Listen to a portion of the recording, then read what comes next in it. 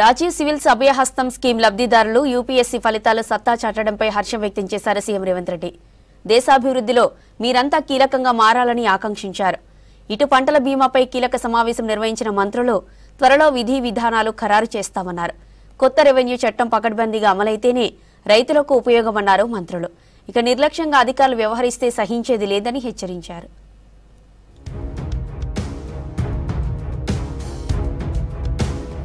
Rajiv Gandhi civils అభయహస్తం scheme లబ్ధిదారులు IAS ఫలితాల్లో సత్తా చాటడంపై ఆనందం వ్యక్తం చేశారు సీఎం రేవంత్ రెడ్డి. ప్రభుత్వ ఆర్థిక సాయం పొందిన అభ్యర్థులు ఉద్యోగాలు సాధించడం గర్వకారణమన్నారు. స్కీమ్ ప్రారంభించిన మొదటి ఏడాదిలోనే మంచి ఫలితాలు వచ్చాయని ట్వీట్ చేశారు సీఎం. తెలంగాణ నుంచి సివిల్ సర్వీసెస్ లో కొలువులు సాధించిన అభ్యర్థులందరూ దేశాభివృద్ధిలో కీలక పాత్ర పోషించాలని ఆకాంక్షించారు. రాజీవ్ గాంధీ సివిల్స్ అభయహస్తం స్కీమ్ లబ్ధిదారులైన సాయి శివాని, హరిప్రసాద్, ప్రీతి, నాగరాజు, సూర్యతేజ, ఆంజనేయులు, సుధాకర్ పేర్లను ట్వీట్లో మెన్షన్ చేశారు సీఎం రేవంత్ రెడ్డి.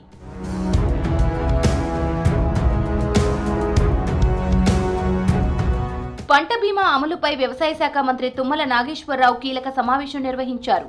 వానాకాలం యాసంగిలో ఏ పంటలకు ఏ విపత్తుల కింద బీమా వర్తింపజేయాలనే అంశంపై చర్చించారు. అన్ని రకాల ప్రధాన పంటలకు బీమా ప్రీమియం అంచనా వేసి ప్రతిపాదనలు సిద్ధం చేయాలని అధికారులను ఆదేశించారు తుమ్మల నాగేశ్వరరావు. రైతులందరికీ ప్రయోజనం చేకూరే విధంగా చర్యలు ఉంటాయన్నారు మంత్రి.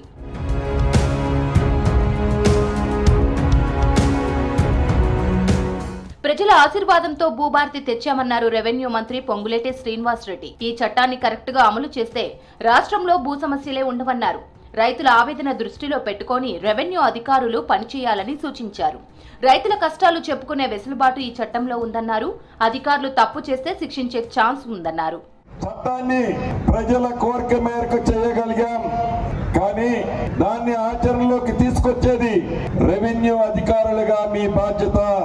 రాష్ట్ర వ్యాప్తంగా ఉన్న రైతన్నులకి, భూములున్న అసాములకు కూడా ఒకటి చెప్పదలుచుకున్నాను.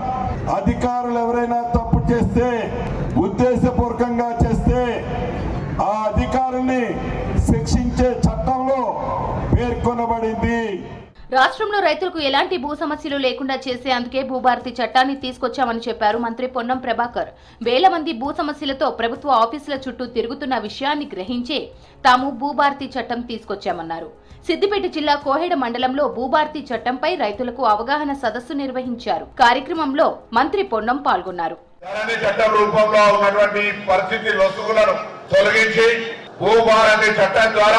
సమస్యలు రాకుండా ఉండే విధంగా సమస్యలు పరిష్కరించి ఎవడో ఎత్తుకపోయి ఆ పేపర్ను కంప్యూటర్లో ట్యాంకరింగ్ చేసుకునే అవకాశం లేకుండా అన్ని రకాల చర్యలు తీసుకొని ఇవంతా పకడ్బందీ చేయడానికి ఏడాది పట్టింది.